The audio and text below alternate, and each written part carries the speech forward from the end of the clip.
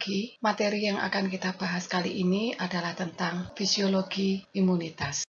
Dasar dari imunitas atau pertahanan diri ini adalah bahwa jadi kalau untuk hewan itu harus bisa mempertahankan diri. Dari apa? Dari berbagai benda asing, terutama itu yang berbahaya, misalnya patogen atau yang menyebabkan penyakit yang berasal dari lingkungan. Nah, untuk imunitas pada hewan, itu ada dua bentuk utama. Yang pertama adalah imunitas bawaan atau innate immunity atau non-specific immunity. Yang kedua adalah kekebalan yang diperoleh atau acquired immunity atau adaptive immunity atau specific immunity. Innate immunity atau imunitas non-spesifik itu sudah ada sebelum paparan patogen atau sebelum paparan benda asing secara umum dan efektif sejak kelahiran. Nah, ini melibatkan respons non-spesifik terhadap benda asing. Maksudnya non-spesifik itu sekelompok molekul itu direspons dengan cara yang sama, jadi tidak spesifik. Nah, berbeda dengan acquired immunity yang disebut juga sebagai adaptive immunity atau specific immunity. Nah, imunitas ini hanya berkembang setelah paparan benda asing seperti mikroba, toksin, atau benda asing yang lain yang melibatkan respons spesifik terhadap benda asing tersebut. Dalam arti perbedaan struktur molekul sedikit saja, itu akan direspons dengan cara yang berbeda. Nah, tadi yang innate immunity, sekelompok direspons dengan cara yang sama. Sekelompok benda asing direspons dengan cara yang sama. Sedangkan kalau yang spesifik itu berbeda sedikit saja, misalnya beda hanya satu asam amino saja, itu akan diberikan respons yang berbeda. Jadi responsnya itu spesifik untuk molekul atau substansi asing tertentu.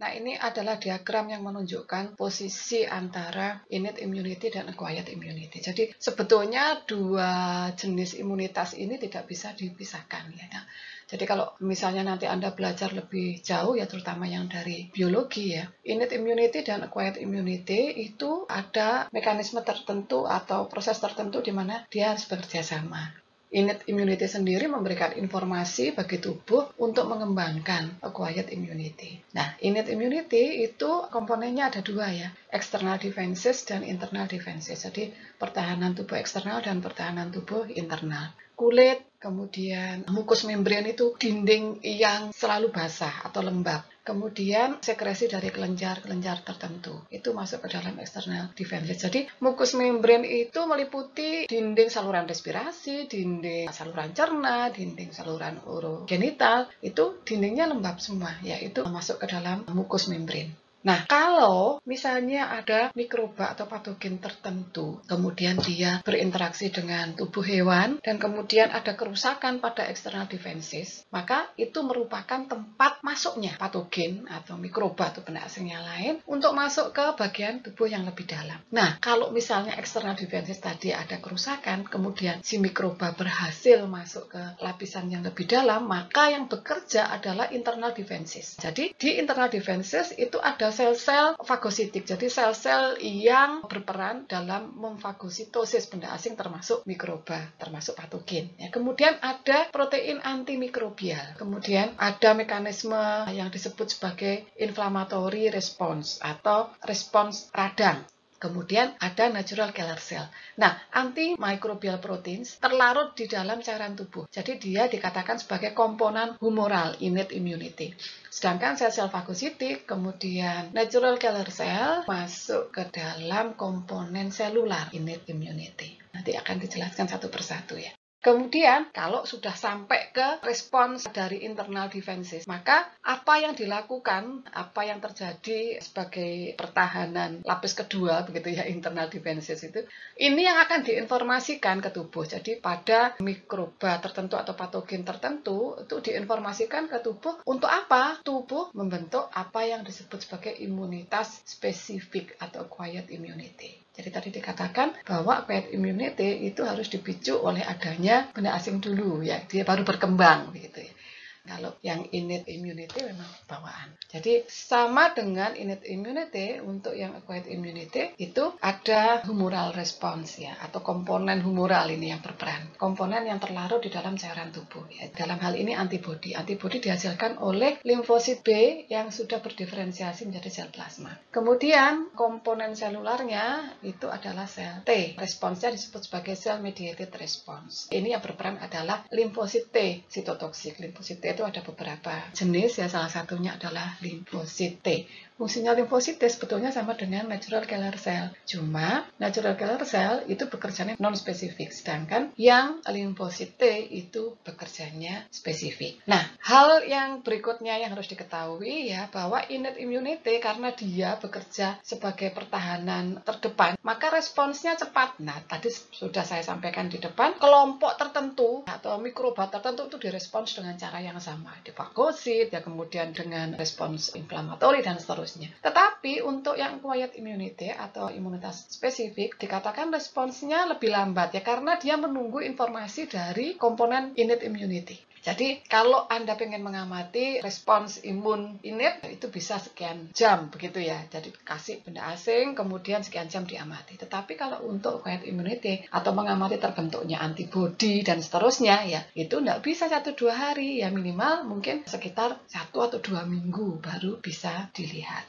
Nah, ini adalah beberapa contoh external defense atau barrier permukaan. Kulit itu kan tersusun atas epitel berlapis pipih di bagian luar yang selalu mengelupas. Jadi kalau ada benda asing yang menempel, maka dia akan dibuang bersama-sama dengan pengelupasan epitel bagian permukaan. Jadi tidak sampai masuk ke jaringannya yang lebih dalam. Nah, kemudian di saluran cerna, contohnya gaster ya, ada banyak sekret di situ yang kemudian akan mencerna semua bahan yang masuk termasuk benda asing. Khususnya ini adalah pH asam itu akan melisiskan banyak jenis bakteri. Jadi hanya sedikit jenis bakteri yang kalau masuk ke dalam gaster itu bisa melewatinya dengan aman. Biasanya yang bisa melewatinya dengan aman adalah bakteri-bakteri yang dikatakan sebagai bakteri tahan asam, termasuk salmonella itu tahan asam.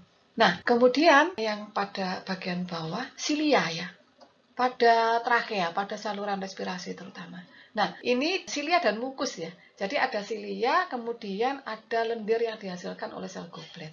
Lendir itu akan melapisi permukaan. Jadi kalau ada misalnya debu atau partikel asing yang masuk, dia bisa diperangkap oleh silia dan oleh lendir. Kemudian biasanya dikeluarkan dalam bentuk bersin atau batuk. Kemudian ada juga lysozyme ya, ini hasil sekresi kelenjar ya. Ini dalam saliva, ludah, kemudian air mata, kemudian sekret hidung. Ini bisa melisiskan bakteri gram positif, sehingga sebetulnya kalau kondisinya bagus ya, dia tidak bisa melewati barrier permukaan atau external defenses ini untuk masuk ke bagian tubuh yang lebih dalam. Kemudian sekret vagina itu lebih asam setelah menstruasi. Jadi sebetulnya pada saat menstruasi itu banyak kapiler yang terbuka. Nah, ini rentan untuk infeksi. Oleh karena itu, kelenjar di vagina mensekresikan sekret yang bersifat asam, sehingga sebagian besar bakteri atau patogen itu akan lisis oleh pH asam.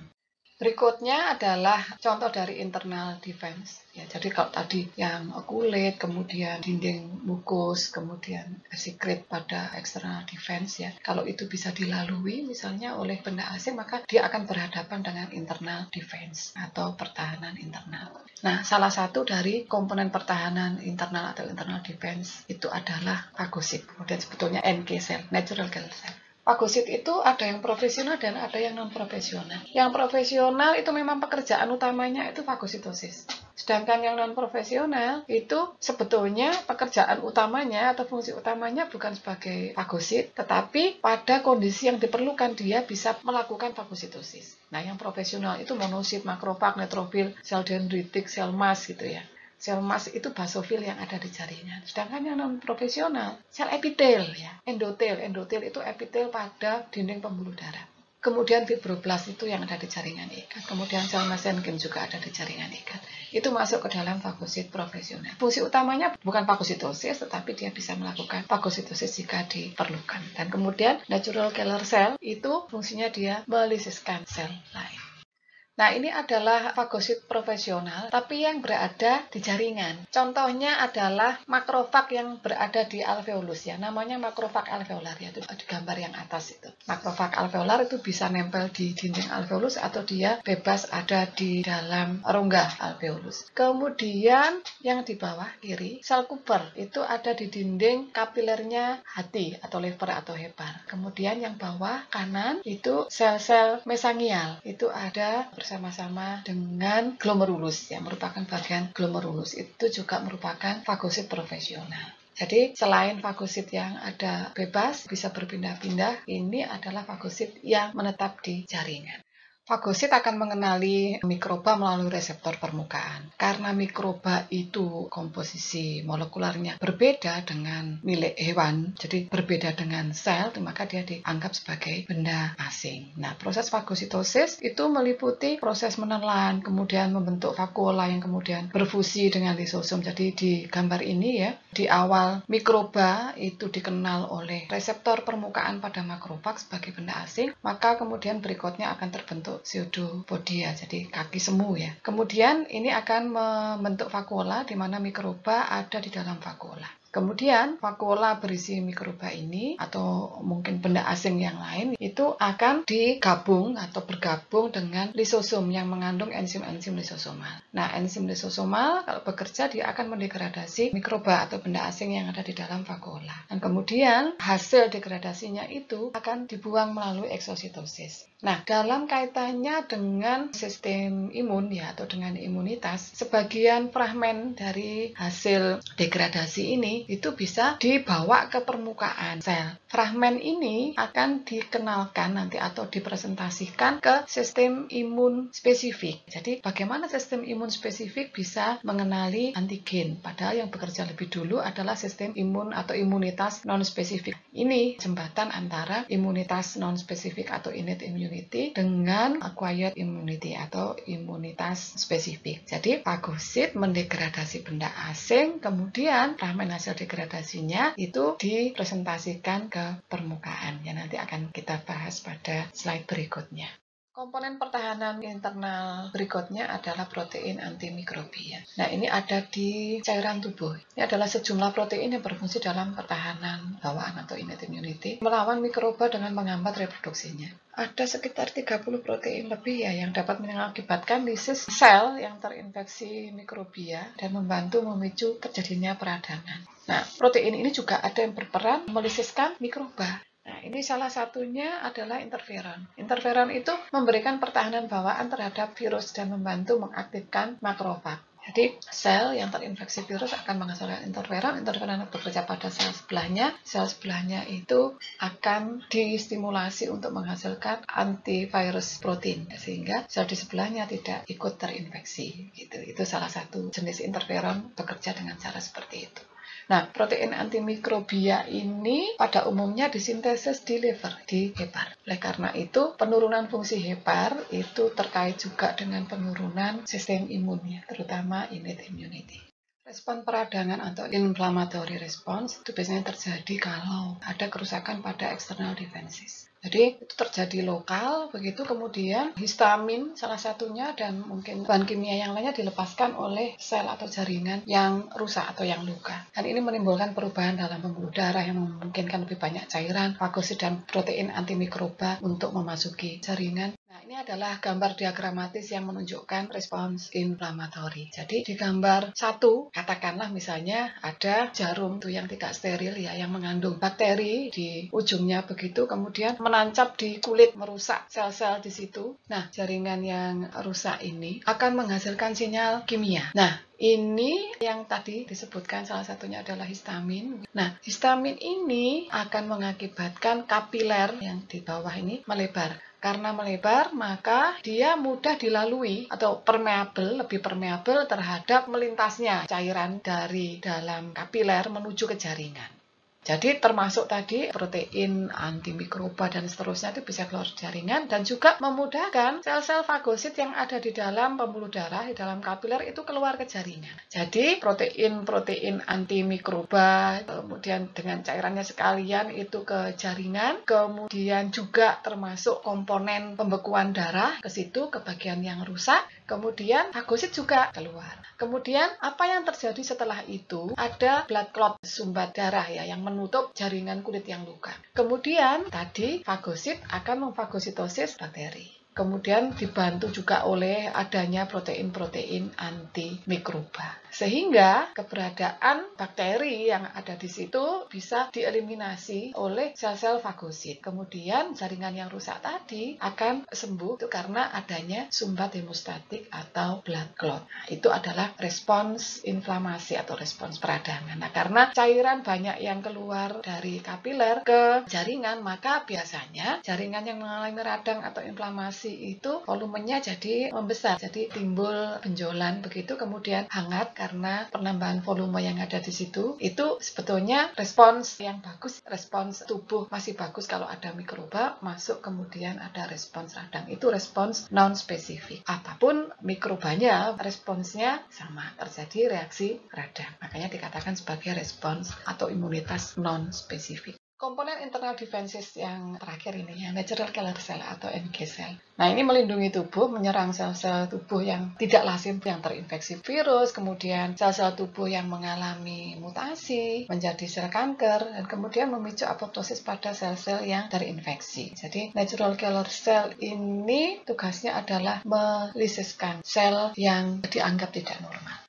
Avertebrata atau invertebrata atau hewan bertulang belakang itu mempunyai mekanisme mempertahankan diri dari benda asing, dalam hal ini infeksi dari patogen. Nah, mekanismenya itu serupa dengan imunitas bawaan ya, atau innate immunity atau imunitas non-spesifik. Pada invertebrata tidak ditemukan adanya atau tidak dikembangkan adanya imunitas yang spesifik ya, mungkin karena kompleksitas tubuhnya itu tidak memungkinkan untuk dikembangkan sistem imunitas yang spesifik. Jadi kalau misalnya Anda melihat teripang ya, teripang itu dia tidak mempunyai antibodi, tetapi dia mempunyai sel-sel di dalam jaringannya yang bertugas atau berfungsi sebagai fagosit. Jadi mempunyai kemampuan untuk fagositosis. Nah, setelah ditangani ya oleh internal defenses yang merupakan bagian dari innate immunity memberikan informasi pada quiet immunity atau imunitas spesifik. Nah, imunitas spesifik atau quiet immunity ini mempunyai komponen humoral dan komponen selular juga. Nah, komponen humoralnya adalah antibodi. Antibodi ini akan terlarut di cairan tubuh. Antibodi dihasilkan oleh limfosit B yang sudah berdiferensiasi menjadi sel plasma. Sedangkan kalau komponen selular yang lain adalah sel T atau limfosit T, itu ada beberapa jenis sebetulnya, tapi yang bertugas untuk melisiskan sel itu adalah sel T sitotoksik. Nah, ini fungsinya sebetulnya sama dengan natural killer cell. Hanya saja kalau sel T sitotoksik memerlukan pengenalan yang spesifik, sedangkan natural killer cell itu pengenalannya non-spesifik. Jadi bisa dikatakan bahwa komponen utamanya quiet immunity adalah limfosit. Limfosit B menghasilkan antibodi, sedangkan limfosit T nanti berperan di dalam imunitas spesifik selular. Jadi kalau kita lihat dari diagram ini, terlihat bahwa quiet immunity adalah pertahanan berikutnya dari innate immunity. Kalau secara keseluruhan innate immunity sebagai pertahanan pertama atau terdepan, maka quiet immunity adalah pertahanan kedua, dan ini melibatkan aktivitas limfosit. Limfosit yang berperan di dalam acquired immunity itu ada limfosit T dan limfosit B. Limfosit ini berasal dari apa yang disebut sebagai stem cell ya di dalam bone marrow atau sumsum tulang. Jadi limfosit B, jadi dari stem cell dalam bone marrow itu kemudian bermigrasi. Limfosit B tetap ada dalam bone marrow, sedangkan calon limfosit T itu akan bermigrasi ke timus. Nah, timus dekat dengan kelenjar tiroid ya. di burung, limfosit B ini berkembang di bursa Fabricius atau bruto ya, tempat menancapnya bulu ekor. Jadi awalnya diketemukan pada burung, pada bursa Fabricius. Oleh karena itu dikatakan sebagai limfosit B. Tetapi kemudian di mamalia ditemukan berkembang di bone marrow. Jadi tetap limfosit B ya. Sedangkan limfosit T itu berkembangnya di timus. Jadi calon sel B berkembang di bone marrow menjadi sel B yang dewasa atau sel B matur. Sedangkan calon sel T itu akan berkembang di timus menjadi sel T yang matur atau sel T yang dewasa. Nah, bone marrow, kemudian bursa Fabricius, kemudian timus itu disebut sebagai jaringan limfoid primer. Di jaringan limfoid primer ini, baik sel T maupun sel B itu mengenal konfigurasi molekul milik sendiri atau self. Sedangkan setelah dewasa atau setelah masak begitu ya atau matur, sel T dan sel B ini akan menuju ke darah. Kemudian menuju ke apa yang disebut sebagai jaringan limfoid sekunder. Ini di bawah ini ditunjukkan di situ lymph nodes atau nodus limfaticus, kemudian spleen atau limpa atau lien dan lain-lain itu merupakan jaringan limfoid sekunder. Jadi saya ulangi lagi, di jaringan limfoid primer, sel T maupun sel B dalam perkembangannya itu adalah berkembang mengenal sel. Sedangkan nanti kalau dia berada atau sudah matur bermigrasi, dia akan berada di jaringan limfoid sekunder dan disirkulasi ya. Di jaringan limfoid sekunder dia nantinya akan bertemu dengan non-self. Ya, jadi kalau di sini kan dia kenal self, kemudian dia akan bisa membedakan mana self dan mana yang bukan. Jadi saat dia sudah matur, kemudian dia beredar, kemudian dia ada di jaringan limfoid sekunder, itu nanti yang tadi saya sebutkan fagosit yang dari imunitas innate itu kan mempresentasikan fragmen antigen ya, fragmen antigen non self katakanlah. Itu nanti yang akan dipresentasikan ke sel T dan sel B di jaringan limfoid sekunder. Ini adalah sistem limfatik. Kalau kita lihat di gambar ini adalah jaringan limfoid sekunder. Tadi sebelumnya saya sampaikan bahwa bone marrow, bursa Fabricius, dan timus itu adalah jaringan limfoid primer. Nah, itu tempat maturasi atau pendewasaan sel T dan sel B. Setelah matur atau setelah dewasa, sel T dan sel B bermigrasi. Migrasinya kemana? Ya, melalui sistem limfatik ini, menuju ke jaringan limfoid sekunder. Sistem limfatik itu apa sih? Kalau kita mengingat kembali sistem transportasi ya, ada pembuluh darah dan pembuluh limfe. Sistem limfatik itu yang terkait dengan pembuluh limfe. Jadi sistemnya merupakan sistem terbuka. Terbuka di mana? Di jaringan. Jadi gambar nomor 1 dikatakan di situ bahwa cairan intersisial, jadi cairan antar sel itu kan merendam, istilahnya merendam sel atau merendam jaringan. Nah, cairan ini yang kemudian masuk ke pembuluh limfe ya. Jadi pembuluh limfe ini terbuka di jaringan. Kemudian setelah masuk pembuluh limfe, ini akan mengalir ke saluran atau ke pembuluh limfe sepanjang tubuh. Jadi di gambar manusia ini akan kelihatan ini yang digambarkan sebagai garis-garis itu adalah pembuluh limfe. Nah, di beberapa tempat, terutama tempat permukaan ya, akan kita temukan apa yang disebut sebagai lymph node atau nodus lymphaticus. Jadi yang digambarkan di sini sebagai nomor 3. Nah, di tempat itu mikroba atau partikel asing yang ada di sirkulasi limfe atau yang berasal dari luar tubuh yang bisa tadi menembus sistem imun atau imunitas non-spesifik misalnya, itu akan dipresentasikan oleh fagosit. Ya, ini disebutkan di situ makrofa, dendritic cell, dan seterusnya. Nah, dipresentasikan ke siapa? Dipresentasikan ke sel T dan sel B. Jadi, sel T dan sel B ada di sini, kemudian fagosit dari tempat lain masuk di sini mempresentasikan molekul yang tadi merupakan hasil fagositosis. Ya, jadi fragmen molekul untuk dipresentasikan ke sel T dan sel B. Kemudian tadi kan ini dari cairan ekstrasel kemudian masuk ke pembuluh limfe ya, kemudian ini lewat nodus limfaticus ya, kemudian dia akan kembali ke jantung lewat vena, kemudian dari jantung ini kan ikut pembuluh darah ya, dari pembuluh darah nanti cairannya bisa keluar tapi darahnya tidak keluar kemudian ke jaringan, kemudian jaringan masuk lagi ke pembuluh limfe, balik lagi ke jantung dan seterusnya. Jadi sistem limfatik ini dikatakan di situ memainkan peran aktif dalam mempertahankan tubuh dari benda asing atau dari patogen. Nah, bagaimana limfosit itu bisa mengenali antigen? Tadi sudah saya sebutkan bahwa baik limfosit T maupun limfosit B dalam proses pendewasaannya, tadi di jaringan limfoid primer, di situ mengenal sel, mengenal molekul atau konfigurasi molekul milik sendiri. Ada yang mengatakan itu sebagai antigen sel. Jadi sebetulnya konfigurasi molekul milik sendiri. Karena dia bisa mengenal sel, maka dia bisa membedakan kalau ada yang berbeda dengan sel. Nah, istilah antigen ini secara umum biasanya digunakan untuk menunjuk antigen non-sel. Jadi, konfigurasi molekul yang berbeda dengan konfigurasi molekul sel. Nah, limfosit ini bisa mengenal itu karena dia mempunyai kemampuan untuk mengenal sel, sehingga dia bisa mengenal yang bukan sel, atau secara umum disebut sebagai antigen atau antigen non-sel. Nah, limfosit ini mempunyai reseptor. Reseptor itu biasanya merupakan glikoprotein di permukaan ya, yang bisa mengenali antigen pada lokasi-lokasi antigen tertentu. Jadi, antigen itu kan biasanya bukan merupakan molekul yang sederhana ya, molekul yang kompleks. Jadi, tidak semua bagian dari antigen itu bisa dikenali oleh limfosit. Jadi, hanya bagian-bagian tertentu yang bisa dikenali yang disebut sebagai epitop. Jadi, reseptor yang ada di limfosit itu bisa mengenali antigen pada bagian epitopnya.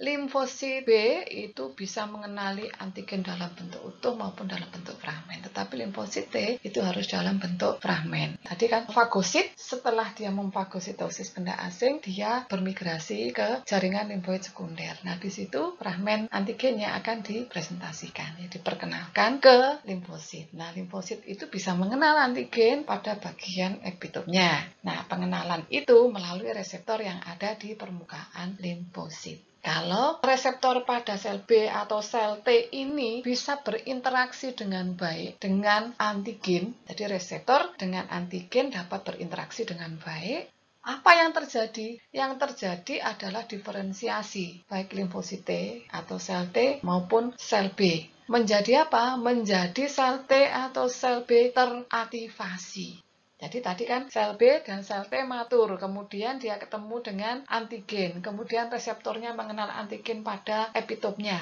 Kemudian kalau itu sesuai, maka sel T maupun sel B akan berdiferensiasi menjadi activated cell atau sel T dan sel B yang teraktivasi. Reseptor sel B untuk antigen disebut juga sebagai BCR atau B-cell receptor. Nah, reseptor sel B untuk antigen ini molekulnya merupakan molekul imunoglobulin. Reseptor ini ada di membrannya membran sel B, di membran limfosit B.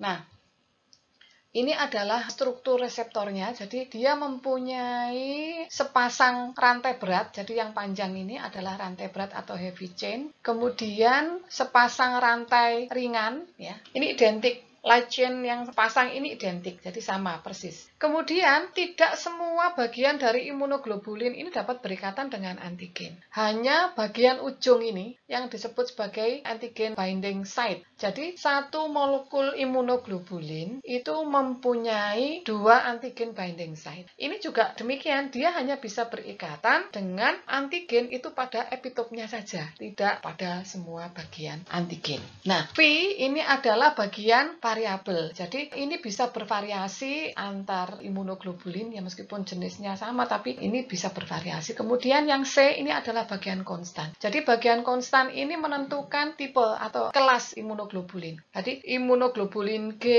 imunoglobulin M, imunoglobulin D dan imunoglobulin A itu berbeda pada bagian konstannya. Tapi semua imunoglobulin G bagian konstannya sama, hanya berbeda di bagian variabel. Nah, antigen binding site itu dibentuk oleh bagian variabel dari rantai berat dan rantai ringan. Jadi satu jenis imunoglobulin itu memungkinkan untuk mengikat berbagai jenis epitop karena bagian yang antigen binding site-nya ini merupakan bagian yang sangat bervariasi. Nah, antibodi itu apa? Antibodi itu adalah molekul imunoglobulin ini tetapi tanpa bagian yang masuk ke dalam membran sel. Jadi, limfosit B itu kan reseptornya ada di sel. Jadi, imunoglobulin ini sebagian masuk ke dalam membran sel. pada perkembangannya setelah teraktivasi, jadi kalau sel B teraktivasi, dia akan berdiferensiasi menjadi sel plasma. Nah, sel plasma ini mensekresikan imunoglobulin juga, yang strukturnya sama persis dengan reseptornya, tetapi tanpa bagian yang masuk ke dalam membran. Nah, ini dilepaskan, disekresikan, kemudian ada di dalam cairan tubuh. Nah, yang ada di dalam cairan tubuh itu biasa disebut sebagai antibodi. Jadi sebetulnya sama-sama imunoglobulin antara reseptor sel B dengan antibodi. Cuma antibodi itu adalah imunoglobulin yang tidak mempunyai bagian yang masuk ke dalam membran sel. Tadi sudah saya sampaikan bahwa B-cell reseptor atau BCR yang merupakan molekul imunoglobulin itu dapat mengenal antigen pada bagian yang disebut sebagai epitop atau determinan antigenik. Kalau antigennya itu merupakan molekul kompleks, maka antigen itu bisa mempunyai lebih dari satu jenis epitop. Kalau dia mempunyai, katakanlah seperti yang ada di gambar ini, mempunyai 3 jenis epitop. Katakanlah itu epitop A, epitop B, epitop C. Maka epitop A nantinya akan dikenali oleh limfosit yang mempunyai reseptor yang sesuai untuk epitop A. Epitop B akan dikenal oleh limfosit yang mempunyai reseptor yang sesuai dengan epitop B. Sedangkan epitop C akan dikenali oleh limfosit yang reseptornya itu mengenal, yang dapat berinteraksi dengan epitop C. Sehingga setidaknya ada 3 jenis limfosit. Nah, interaksi antara reseptor dengan epitop itu akan mengakibatkan aktivasi proliferasi. Jadi membelah kemudian berdiferensiasi. Diferensiasi menjadi apa? Nah, kalau sel B ini menjadi sel plasma, sebagian menjadi sel plasma yang menghasilkan antibodi. Antibodinya itu persis sama dengan reseptornya, cuma tidak ada bagian yang masuk ke dalam membran. Jadi untuk antigen dengan epitop A, B, dan C, maka nanti tubuh bisa menghasilkan campuran antibodi yang terdiri dari antibodi terhadap epitop A, antibodi terhadap epitop B, dan antibodi terhadap epitop C. Jadi antibodi yang dibentuk tubuh merupakan antibodi campuran. Nah, antibodi campuran ini dihasilkan oleh kelompok-kelompok sel plasma yang berbeda. Kelompok-kelompok sel yang mempunyai reseptor sama, katakanlah tadi sel plasma kan tidak hanya satu ya, yang teraktivasi kan satu, kemudian dia berproliferasi menjadi banyak. Nah, yang mempunyai ciri sama, jadi mempunyai reseptor sama, itu disebut sebagai klon. Nah, kalau ini menghasilkan antibodi terhadap antigen dengan 3 epitop, maka total antibodi yang dihasilkan yang merupakan campuran dari 3 jenis antibodi tadi disebut sebagai antibodi poliklonal karena dihasilkan oleh lebih dari 1 klon limfosit. Nah, kalau antigennya itu hanya mempunyai 1 epitop, maka antibodi yang dihasilkan akan dihasilkan oleh sel plasma hanya dari 1 klon saja. Oleh karena itu disebut sebagai antibodi monoklonal. Berbeda dengan sel B, sel T itu juga mempunyai reseptor, tetapi strukturnya beda. Jadi kalau kita lihat itu kan bentuknya huruf Y begitu ya. Ada 2 pasang rantai yang identik, rantai berat dan rantai ringan. Kalau yang ini untuk TCR atau T-cell receptor itu hanya sepasang. Rantainya tidak identik. Satunya rantai alfa dan satunya rantai beta. Nah, ini dihubungkan oleh jembatan disulfida. Nah, ini juga ada bagian yang menancap atau masuk ke membran sel. Kemudian ada bagian variabel dan bagian konstan ya, sama dengan BCR ya. Nah, antigen binding site-nya itu dibentuk juga oleh bagian variabel rantai alfa dan rantai beta. Tetapi untuk satu reseptor itu hanya 1 antigen binding site. Kalau imunoglobulin tadi atau BCR itu 1 molekul reseptor itu mempunyai 2 antigen binding site atau sepasang antigen binding site. Nah, tadi saya sampaikan bahwa sel B atau sel T yang teraktivasi setelah terjadinya interaksi antara antigen dengan reseptornya, sel B maupun sel T itu akan berproliferasi, kemudian berdiferensiasi, atau di dalam prosesnya itu ada proses proliferasi. Nah, proliferasi ini kalau untuk sel B kan menghasilkan klon sel plasma yang menghasilkan antibodi. Nah, ini adalah merupakan sel efektor. Ini biasanya sel efektor ini aktif dan berumur pendek. Tapi ada satu lagi hasil proliferasinya itu membentuk sel memori. Memori ini berumur panjang. Baik sel T maupun sel B, kalau sudah teraktivasi, dia akan memperbanyak diri, berdiferensiasi menjadi sel efektor dan sel memori. Sel efektor ini umurnya pendek, sel memori umurnya panjang, bahkan sampai yang empunya itu nanti mengakhiri hidupnya di dunia. Nah, sel memori ini yang nantinya memfasilitasi apa yang disebut sebagai respons imun sekunder, tersier, dan seterusnya. Kalau antigen pertama kali berinteraksi dengan limfosit, itu akan menghasilkan apa yang disebut sebagai respons imun primer, yang tadi menghasilkan klon efektor, sel efektor, dan klon memori. Kemudian respons imun sekunder itu kan sudah ada sel memori. Sel memori jumlahnya lebih banyak karena dia hasil proliferasi. Nah, sel memori ini jumlah banyak dan responsnya bisa lebih cepat. Jadi, setelah pertemuan pertama, yang setelah respons imun primer, kalau antigen yang sama itu masuk lagi ke dalam tubuh, maka kalau misalnya yang merespons itu adalah sel B, maka antibodi yang dihasilkan akan lebih banyak dan lebih cepat. Kalau yang pertama tadi kan sempat saya sampaikan, respons imun non-spesifik itu cepat, kemudian yang spesifik itu lebih lambat, ya lebih lama. Tetapi nanti itu respons primer. Kalau respons sekunder itu bisa lebih cepat dan responsnya dalam hal ini kalau misalnya dia menghasilkan antibodi, maka antibodi yang dihasilkan lebih banyak. Jadi sel memori ini memfasilitasi respons menjadi lebih cepat dan lebih efisien. Nah, ini adalah grafik yang menunjukkan respons primer dan sekunder. Jadi, yang aksis ini adalah waktu ya. Kemudian yang ordinat ini adalah kadar antibodi yang dihasilkan. Ini disebutkan di hari pertama, itu katakanlah ini hewan ya, diberi antigen A. Kemudian setelah 2 minggu ini ya, atau seminggu itu sudah mulai dihasilkan antibodi. Antibodi terhadap apa? Terhadap antigen A yang diberikan. Jadi antibodi terhadap A. Nah, ini akan mencapai puncaknya sekitar 2 minggu. Nah, kemudian dia akan menurun kembali. Kemudian kalau, katakanlah ini pada hari ke-28, diberikan antigen A lagi. Apa yang akan terjadi? Pada hari katakanlah ini hari ke-38 ya, itu terjadi puncak kadar antibodi.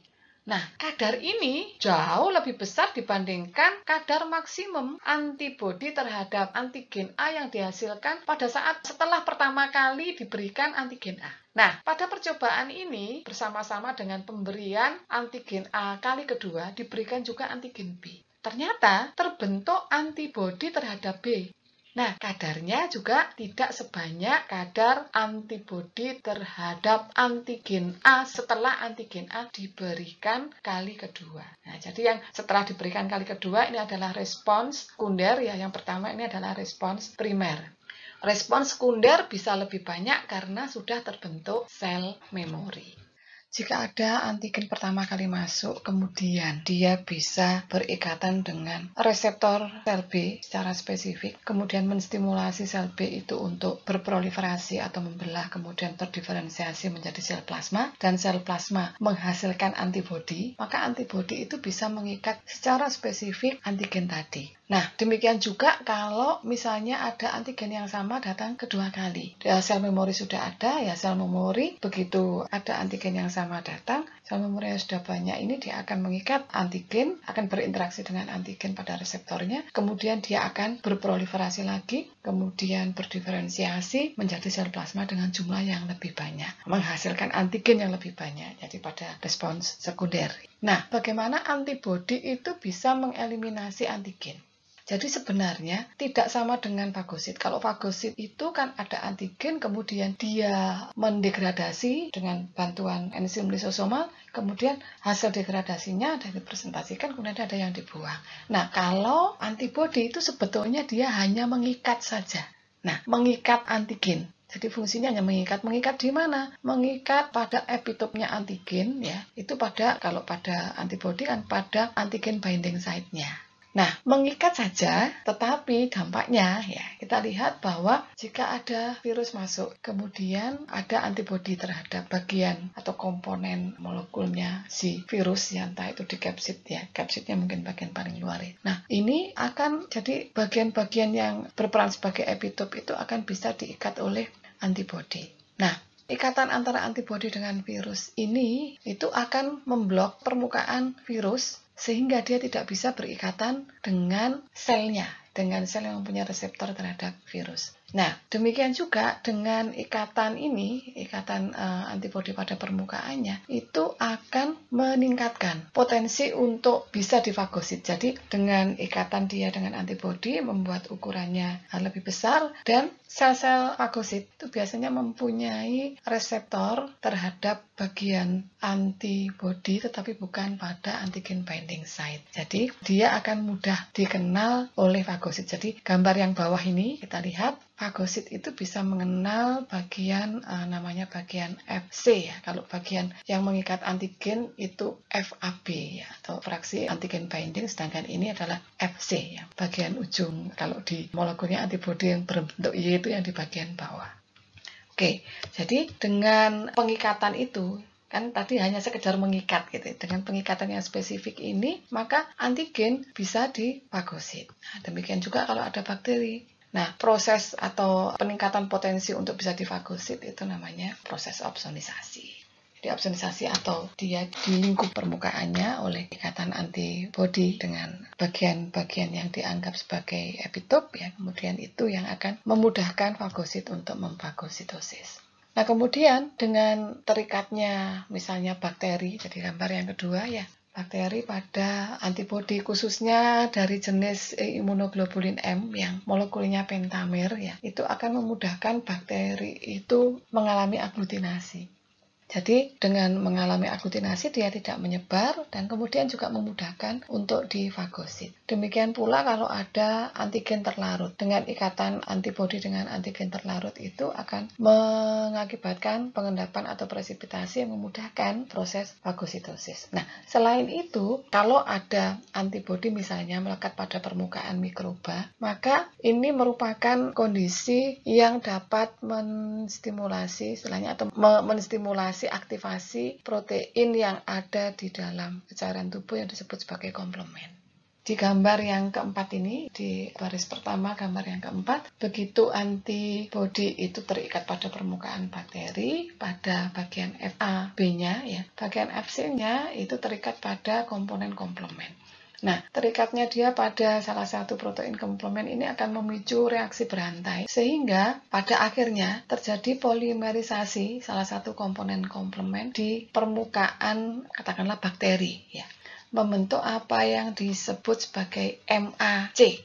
Itu adalah membrane attack complex. Nah, ini melubangi ya, jadi membentuk pori pada dinding bakteri, sehingga bakteri atau sel asing akan lisis. Jadi, meskipun antibodi itu tugasnya itu hanya mengikat antigen secara spesifik, tetapi ada lanjutan proses yang mengakibatkan mudahnya antigen ini difagositosis dan memudahkan sel asing itu untuk dilisiskan. Tadi bahwa interaksi antara antigen dengan reseptor, baik itu reseptor sel B maupun sel T, akan mengakibatkan sel B atau sel T tadi berproliferasi, kemudian berdiferensiasi, membentuk sel efektor dan sel memori. Nah, sel efektor itu kalau untuk sel B, sel efektornya disebut sebagai sel plasma yang menghasilkan antibodi. Sedangkan sel T adalah sel T yang teraktivasi yang kemudian dia bisa, kalau untuk T sitotoksik ya, itu bisa melisiskan sel. Nah, sel memori itu nanti akan berfungsi, ya seperti yang sudah saya sampaikan, akan berfungsi kalau ada antigen yang sama datang kedua atau ketiga kalinya. Nah, diharapkan dengan adanya sel memori, itu respons imun tubuh itu akan meningkat. Nah, pembentukan sel memori ini bisa distimulasi secara sengaja.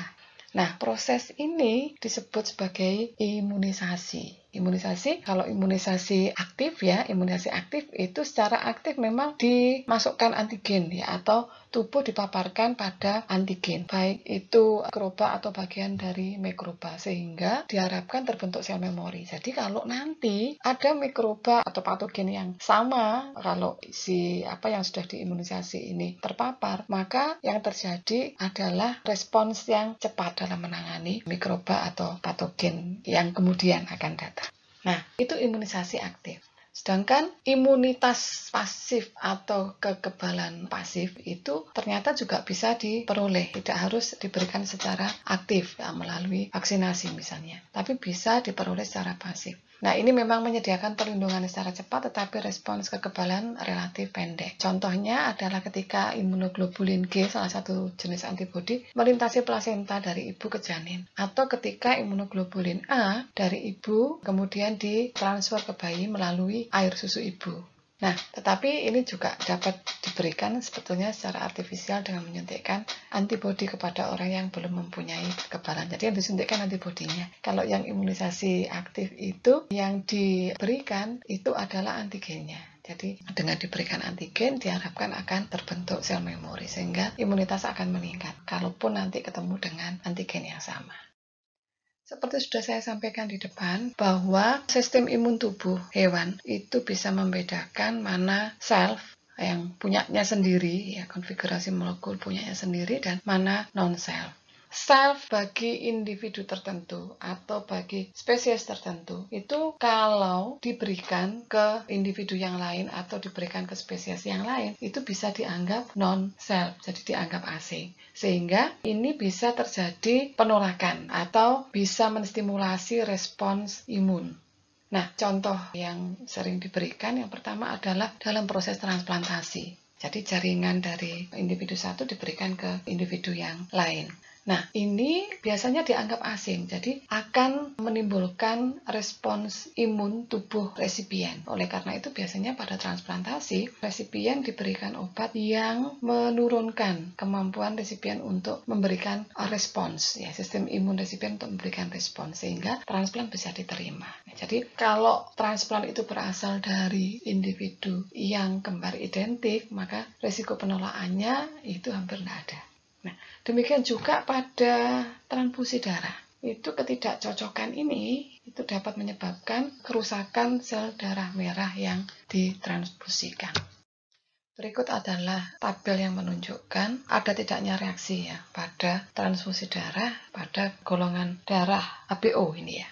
Nah, jadi golongan darah A itu pada permukaan sel darah merahnya itu dikatakan mempunyai antigen A, tetapi di darahnya mempunyai anti B. Nah, demikian pula untuk yang sel darah merah golongan darah B mempunyai antigen B di permukaan sel darah merahnya, kemudian mempunyai anti A pada darahnya. AB mempunyai antigen A dan B di permukaan sel darah merahnya, sedangkan dia tidak mempunyai baik anti A dan anti B di darah. Tetapi O tidak mempunyai antigen baik A maupun B di permukaan sel darah merahnya atau di membran sel darah merahnya, tetapi dia mempunyai anti A dan anti B di darahnya. Jadi sebetulnya bedanya itu hanya pada komposisi glikoprotein permukaan. Jadi yang A berbeda dengan yang B. Yang AB punya dua-duanya. O tidak punya dua-duanya di permukaan sel darah merahnya. Nah, kalau golongan darah A ditransfusikan padanya, darah yang berasal dari individu bergolongan darah A tidak akan terjadi masalah. Akan menjadi masalah kalau diberikan B atau AB. Mengapa? Karena di dalam darah individu dengan golongan darah A ini terdapat anti B yang akan bereaksi dengan antigen B pada permukaan sel darah merah dari darah yang ditransfusikan. Dan itu akan mengakibatkan rusaknya atau lisisnya sel darah merah yang ditransfusikan.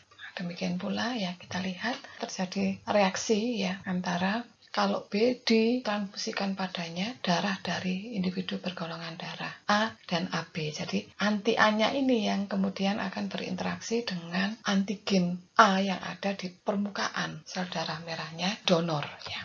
Kemudian kalau AB dia tidak mempunyai anti A maupun anti B. Nah, jadi diberi apapun ya tidak akan terjadi reaksi. Jadi AB dikatakan sebagai universal recipient. Jadi dia bisa menerima apa saja, sedangkan yang O dia mempunyai. Jadi masalahnya adalah dia mempunyai anti A dan anti B. Jadi mau diberi A, diberi B maupun AB itu akan bermasalah kalau dia diberi O. Tetapi O sendiri dia bisa diberikan pada golongan darah A, B maupun AB. Jadi orang dengan golongan darah O itu merupakan istilahnya adalah universal donor.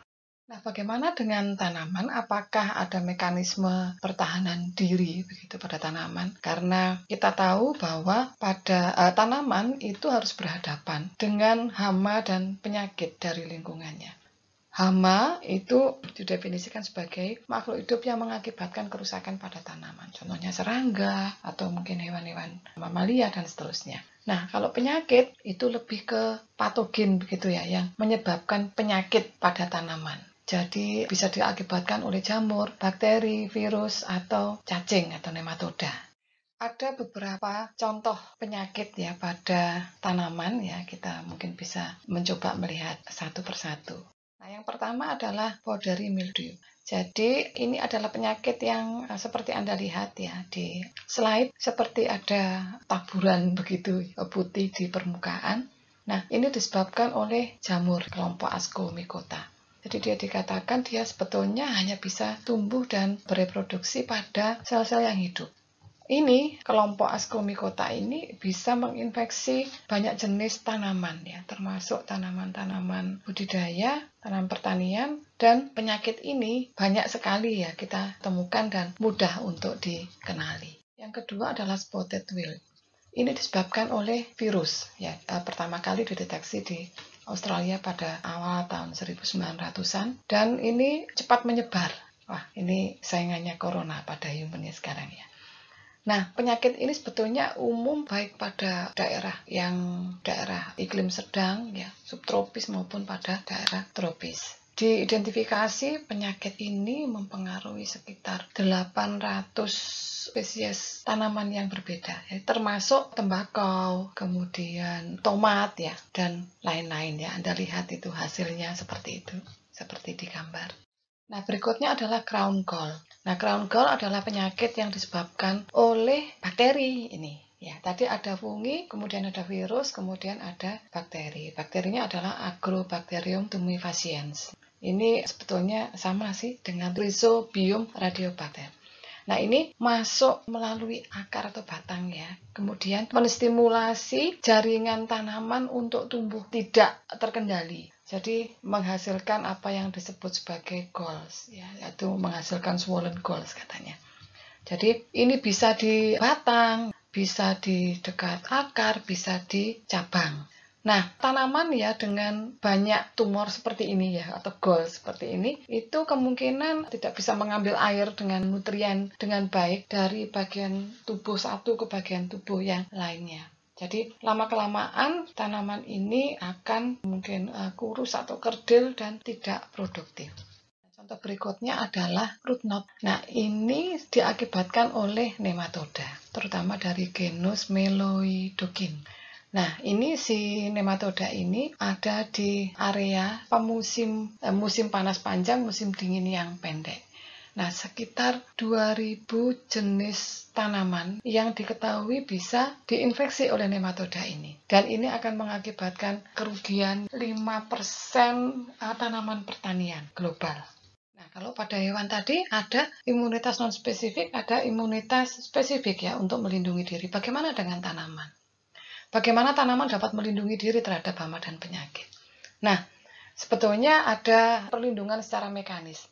Struktur trikoma pada permukaan daun ya, kemudian lapisan lilin pada daun, kemudian duri pada batang.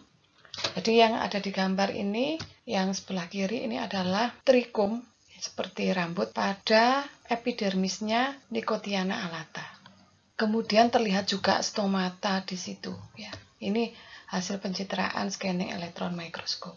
Nah, kemudian ini gambar yang sebelah kanan, trikom tapi dengan perbesaran yang lebih kecil. Terlihat juga pada permukaan calon bunga. Ya, ini banyak trikomnya. Jadi trikom itu tidak terbatas pada daun tetapi juga pada bagian tumbuhan yang lain. Nah, itu yang pertama. Jadi sebetulnya ada perlindungan mekanis dari tanaman ya untuk melindungi diri terhadap hama dan penyakit. Kemudian masih tentang perlindungan diri. Ini mekanis juga ini. Adanya wax atau lilin pada permukaan daun. Itu menyulitkan hama ya maupun agen-agen patogen untuk masuk ya ke dalam jaringan tanaman. Nah, Kalau pada hewan tadi, begitu ada agen infeksius atau patogen atau benda asing masuk ke dalam tubuh, tubuh bisa memberikan respons dengan dihasilkannya mungkin sel T yang reaktif atau sel B yang kemudian berdiferensi menjadi sel plasma dan menghasilkan antibodi. Kalau tumbuhan itu bisa menghasilkan apa yang disebut sebagai phytoalexin. Nah, phytoalexin itu adalah senyawa metabolit sekunder. Nah, phytoalexin ini berperan sebagai antimikroba, antivirus, atau anti jamur. Bahkan ada yang anti feeding untuk serangga tertentu. Jadi kalau ini dihasilkan, serangga itu tidak bisa mengambil makan dari bagian tubuh tanaman. Nah, ada juga phytoalexin yang berpengaruh, ya ini tadi pada insekta senyawa anti feeding itu bahkan terhadap ternak pemakan rumput-rumputan, ya. Karena ini phytoalexinnya bersifat estrogenik. Kalau phytoalexinnya bersifat estrogenik biasanya akan berakibat pada penurunan fertilitas, terutama pada ternak jantan. Nah, phytoalexin ini dihasilkan di bawah stres, ya, atau serangan jamur, ya, atau kalau diberi apa yang disebut elisitor, ya. Nah, phytoalexin itu sebetulnya banyak jenisnya, ya. Contohnya glyceolin pada akar kedelai, bisatin pada kapri polong, fasiolin pada polongnya buncis, kemudian lipomeamaron pada akar ubi jalar, dan orkinol pada anggrek. Nah, phytoalexin ini bisa distimulasi untuk dihasilkan dengan memberikan apa yang disebut sebagai elisitor. Nah, elisitor ini bisa berupa elisitor biotik, bisa berupa elisitor abiotik. Elisitor biotik itu berasal dari agen biologi seperti jamur atau patogen yang lain.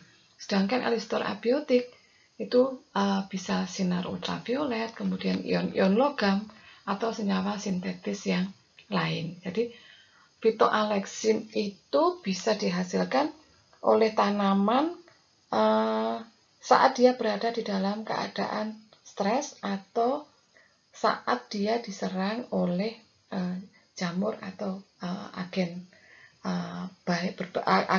patogen yang lain. Tetapi bisa distimulasi, ya, bisa distimulasi dengan menambahkan elisitor. Oke, nah terkait dengan itu ada senyawa yang disebut sebagai senyawa yang bersifat alelopati. Ini dihasilkan oleh tanaman, tapi dia berperan sebagai antigerminatif, ya, atau toksik untuk tanaman lain. Jadi, kalau ada tanaman itu, maka di sekitarnya itu tidak akan ada tanaman yang tumbuh. Ya. Nah, tadi selain struktur trikom, ya, kemudian adanya elisitor, ya, kemudian adanya wax atau lilin di permukaan, lignin pada tumbuhan itu juga digunakan sebagai alat pertahanan tubuh, ya.